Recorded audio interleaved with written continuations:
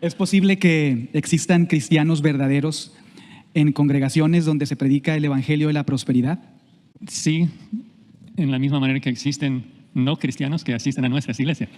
Porque uno puede asistir a una iglesia sin creer lo que esa iglesia enseña, pero solamente así.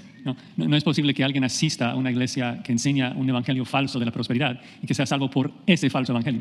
Tendría que ser salvo a pesar de lo que está enseñando. Pero vemos a lo largo de la historia que eso pasa. O sea, esta palabra de Dios es poderosa, ¿no? Aunque alguien esté predicando mal, si la persona va a su casa y lee la Biblia, Dios le puede salvar. Lo vemos con Lutero y los reformadores. O sea, Dios lo salvó estando dentro de la iglesia, o sea, católica. Y obviamente la enseñanza católica no puede salvar, pero la Biblia salva.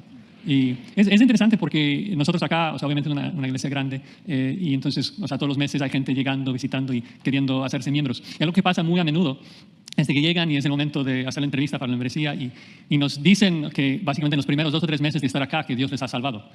Es interesante, comenzamos a charlar y preguntar la historia. No, es de que hace 9 meses estuve dentro de una iglesia carismática y sentí que hoy me estaba muriendo de hambre y comencé a buscar ayuda, les encontré. Luego llegué y ahí es donde, cuando empecé a escuchar la sana doctrina, luego Dios me está cambiando más. Y luego siempre les pregunto, oye, pero ¿por qué crees que sentiste hambre por la palabra estando en esa iglesia carismática? ¿Será que eso es una obra del Espíritu Santo en tu vida?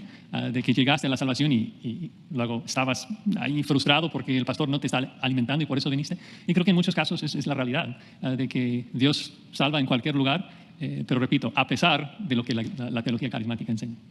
Sí, evidentemente es posible, pero como decía Josías, ¿no? Aquellos que son salvos vienen luego a iglesias donde se enseña la sana doctrina, pero vienen desnutridos y desengañados mayoritariamente. Y en otras ocasiones nuestra experiencia es la misma en la iglesia. Tal vez piensan que vienen siendo creyentes, pero no han sido expuestos a un evangelio verdadero y puro. Y después de un tiempo, expuestos a la sana doctrina, se dan cuenta que no conocían al Cristo de la palabra, ni habían escuchado el evangelio verdadero, el Señor les salva.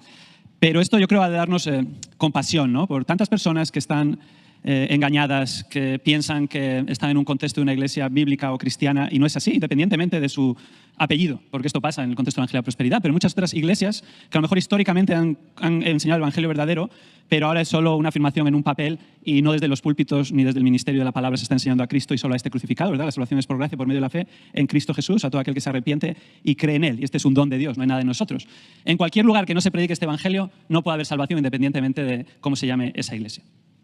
También pensaba en un texto de Efesios 4:14 para que ya no seamos niños fluctuantes, llevando por doquiera de todo viento de doctrina por estratagema de hombres. Entonces, sí es posible que haya algún niño fluctuante ahí atrapado, arrastrado por algún viento de doctrina, pero es cuestión ahí de que por la gracia de Dios crezca en su entendimiento de la palabra y tarde o temprano va a salir y buscar al Señor, ¿no? Como correctamente es presentado en su palabra.